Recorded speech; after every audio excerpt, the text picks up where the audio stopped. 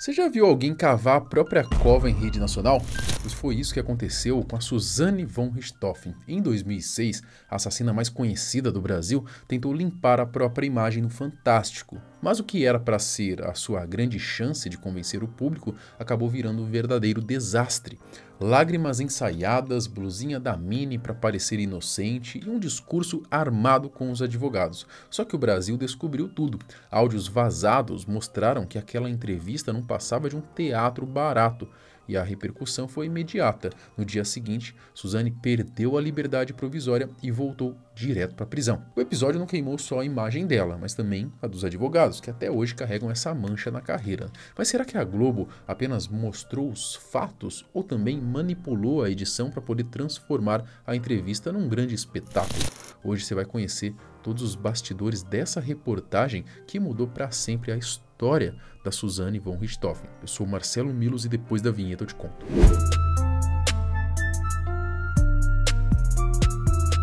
No dia 31 de outubro de 2002, o Brasil inteiro foi surpreendido pela notícia do assassinato de Manfred e Marisa von Richthofen. Dentro da mansão da família em São Paulo, o crime não chocou apenas pela brutalidade, mas principalmente pelo envolvimento direto de quem menos se esperava, a própria filha, a Suzane von Richthofen. O caso rapidamente se tornou um dos mais famosos do país. De acordo com as investigações, Suzane, com apenas 18 anos, arquitetou tudo junto do namorado, Daniel Cravinhos, e do cunhado, Christian Cravinhos. O objetivo era simples e perverso: se livrar da vigilância dos pais e colocar as mãos de imediato na herança milionária da família. Na noite do crime, Daniel e Christian entraram na casa com a ajuda de Suzane. Os dois irmãos usaram barras de ferro para espancar brutalmente o Manfred e a Marisa enquanto dormiam. A Suzane, cúmplice do início ao fim, participou do plano e ainda tentou enganar a polícia, chegando a chorar no velório para poder sustentar a farsa. Mas a investigação avançou rápido e em poucos dias o trio confessou o crime e acabou preso. O julgamento só viria em 2006, num dos processos mais midiáticos da história do Brasil. Suzane e Daniel foram condenados a 39 anos de prisão e Christian a 38. Com o tempo, Suzane se tornou uma figura polêmica. Dentro da cadeia viveu romances, concedeu entrevistas e a cada aparição reacendia a revolta popular. Não à toa, ela passou a ser vista como uma das personagens mais desprezadas da nossa cultura. Antes, porém, de receber a sentença definitiva, quando ainda aguardava o processo em liberdade provisória, uma entrevista jogou a sua imagem ainda mais no lixo. Durante uma reportagem no Fantástico, áudios vazados revelaram Suzane e seu advogado combinando um discurso para manipular o público. O flagra destruiu de vez a sua credibilidade e, logo na segunda-feira, ela voltou para a prisão. Só que, anos depois, outra versão da história veio à tona e talvez, apenas talvez, aquele episódio tenha sido manipulado pela própria Rede Globo. A reportagem. Em abril de 2006, o Fantástico levou ao ar aquela que seria a entrevista mais polêmica da vida de Suzane von Richthofen. Uma reportagem que, para muitos, acabou passando diretamente no julgamento e contribuiu para que, poucos meses depois, ela recebesse a dura sentença de quase 40 anos de prisão. A proposta da matéria era mostrar como Suzane, que havia deixado a prisão em junho do ano anterior e aguardava o julgamento em liberdade provisória, estava levando a vida.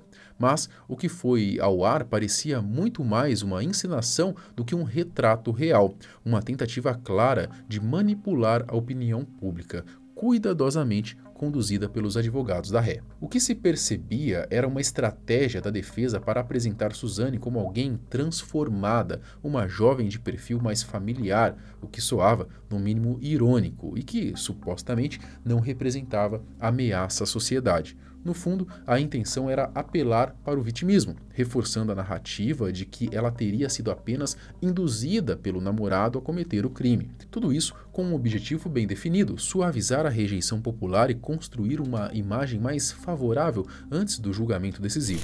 Desde que saiu da cadeia, em junho do ano passado, a jovem tem contado com a proteção deste homem, Denivaldo Barney, amigo da família Richthofen. Ela começa a entrevista mostrando fotos de amigos e da família. E aqui? Essa é a vovó. Quando que vocês tiraram essa foto? No aniversário dela. Eu fui visitar ela. De mãos dadas com o protetor, fala sobre a relação com o ex-namorado Daniel Cravinhos. Eu me arrependo muito. Você acha que se você não tivesse conhecido o Daniel, nada disso teria acontecido na sua vida? Não, nada disso, nada disso. Suzane olha para Barney. Em nenhum momento você A entrevista era continua. muito grave. Ela diz ter sido manipulada pelo ex-namorado. Ele sempre me dava muita droga, muita droga. Ele sempre me mandava usar muita droga e eu cada vez era mais e mais e mais droga e ele me dava mais droga. E isso foi acabando comigo, Ele falava, se você me ama, usa, se você me ama, usa. Só que o resultado exibido pela Globo foi bem diferente do esperado. O público acabou vendo aquilo como uma tentativa rasa e até lamentável da defesa em tentar limpar a imagem da cliente. E a situação piorou quando áudios de conversas entre Suzane e seus advogados, gravados sem que eles percebessem, vieram a público e expuseram toda a encenação por trás da entrevista. Logo no começo da gravação, a câmera registra uma conversa ao pé de ouvido entre Barney e Suzane. O microfone, que já estava ligado, capta o diálogo. Ele orienta Suzane a chorar na entrevista. Fala, dá um beijo, ora. Não vou conseguir. Você tá feliz? Então você tá feliz. Tá feliz? Acabou. Pode? Pode. Não sei como que ele tá.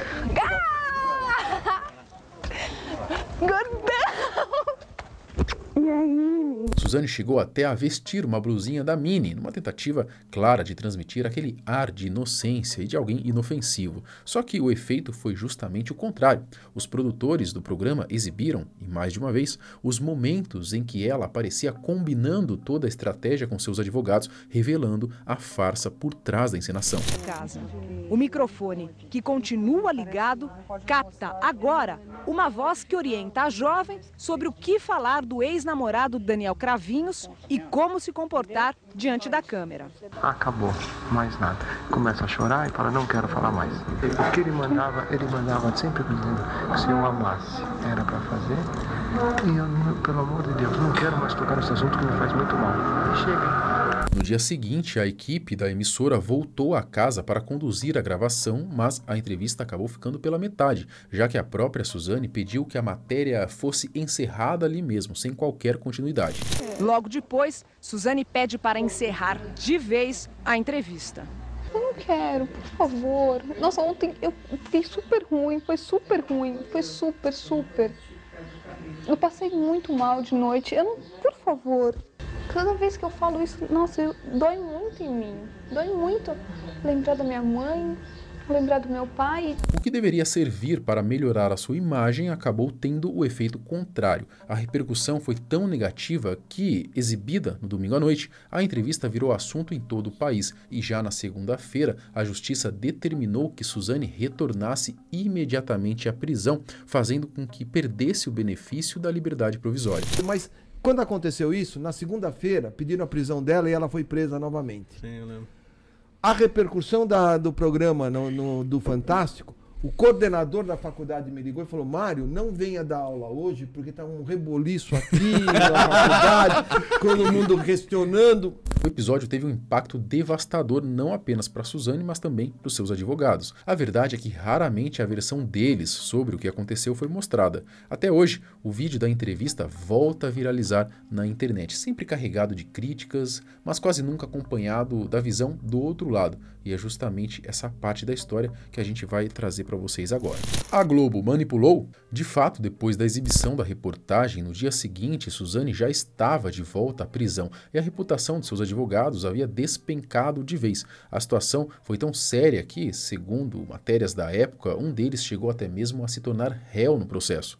Mário Sérgio de Oliveira, citado no fim da própria matéria da Globo, chegou a admitir que, por um momento, pensou que sua carreira estava arruinada. Foi ele quem apresentou a versão do que, de fato, aconteceu durante aqueles dias de gravação. Em uma entrevista concedida ao Júris Podcast, o advogado revelou que havia um contrato firmado entre a defesa e a emissora, estabelecendo que não poderiam ser feitas perguntas sobre o crime. A proposta, segundo ele, era apenas mostrar como Suzane estava vivendo após tudo o que tinha acontecido, sem entrar nos detalhes do assassinato.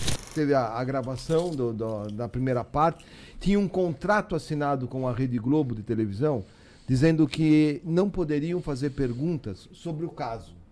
O que eles queriam saber, como ela estava vivendo depois que ela saiu da cadeia, como que era a vida dela. Então foi na casa da amiga dela, da Luzia, lá em Tirapina. Mário contou que dos 3 advogados que defendiam Suzane na época, ele foi o único a se opor à reportagem desde o começo.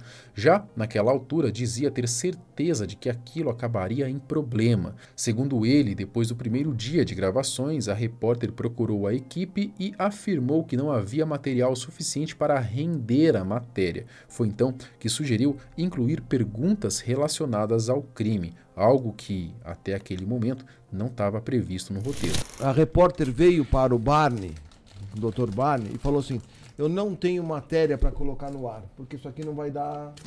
Não dá ibope, não tem retorno. Quando o Barney veio conversar comigo, eu disse para ele: Barney, e aí a repórter veio junto, eu falei: Barney, com todo respeito, ela vai criar uma merda para poder dar a matéria. Porque não está dizendo que não dá a matéria. E aí ela volta e fala para a Suzane que vai perguntar sobre o crime. Ela vem para mim chorando e fala, ela vai perguntar para mim sobre o crime. E eu fui um dos únicos, que nós éramos em 3, que não queria que ela desse a entrevista. O Mário Sérgio afirma que, por conta disso, orientou Suzane a chorar e falar aquelas coisas todas porque era o que ela realmente sentia. Porém, segundo ele, o que foi exibido acabou totalmente fora de contexto. A edição passada ao público deixou a impressão de que tudo não passava de uma encenação para manipular a opinião das pessoas. Eu viro para ela e falo o seguinte: não adianta você chorar para mim, porque existia um vínculo já de relacionamento entre o Barney e a repórter, ela e a repórter. Você volta, chora para ela e diz que acabou a entrevista. Eles cortam, editam e aparece eu falando para ela: chora. Como se tivesse você mandando ela chorar. Quando aparece hoje, se você entrar no YouTube, já tem colocaram um pouco mais e aparece eu falando: diz que acabou.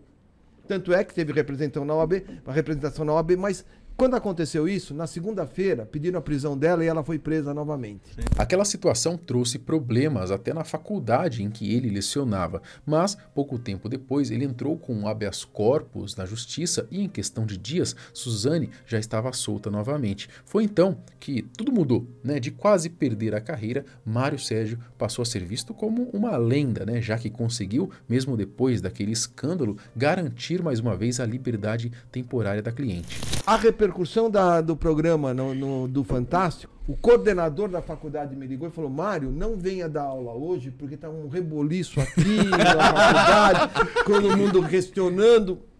E eu falei: tudo bem, e eu não fui. Na quarta-feira eu impetro um habeas corpus no STJ. Na sexta-feira, segunda-feira ou terça-feira sai o resultado e ela é colocada em liberdade novamente. Então, no momento da entrevista que teve, eu era o pior advogado do mundo. Na quarta-feira, quando ela é colocada em liberdade novamente, eu era o melhor advogado do mundo. O coordenador me liga e fala: Mário, nós estamos aqui no auditório com 600 alunos esperando você chegar para você dar uma entrevista. E eu falei: eu não vou hoje.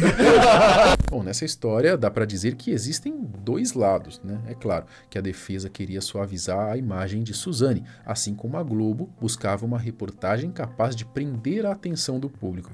No fim, a emissora acabou sendo mais esperta, mas se houve de fato uma manipulação maldosa na edição, isso já fica em aberto. A verdade é que nesse caso, ninguém pode se considerar santo, não é? Mas comenta aqui o que você acha que aconteceu. Você acha que a matéria foi extremamente manipulada mesmo? Ou que de fato ali, né, houve essa tentativa de manipulação da opinião pública também por parte dos advogados? Ou assim, os dois lados tão errados, né? Não dá para colocar a mão no fogo por nenhum lado. Comenta aqui o que você acha sobre isso. Até o próximo vídeo. Tchau.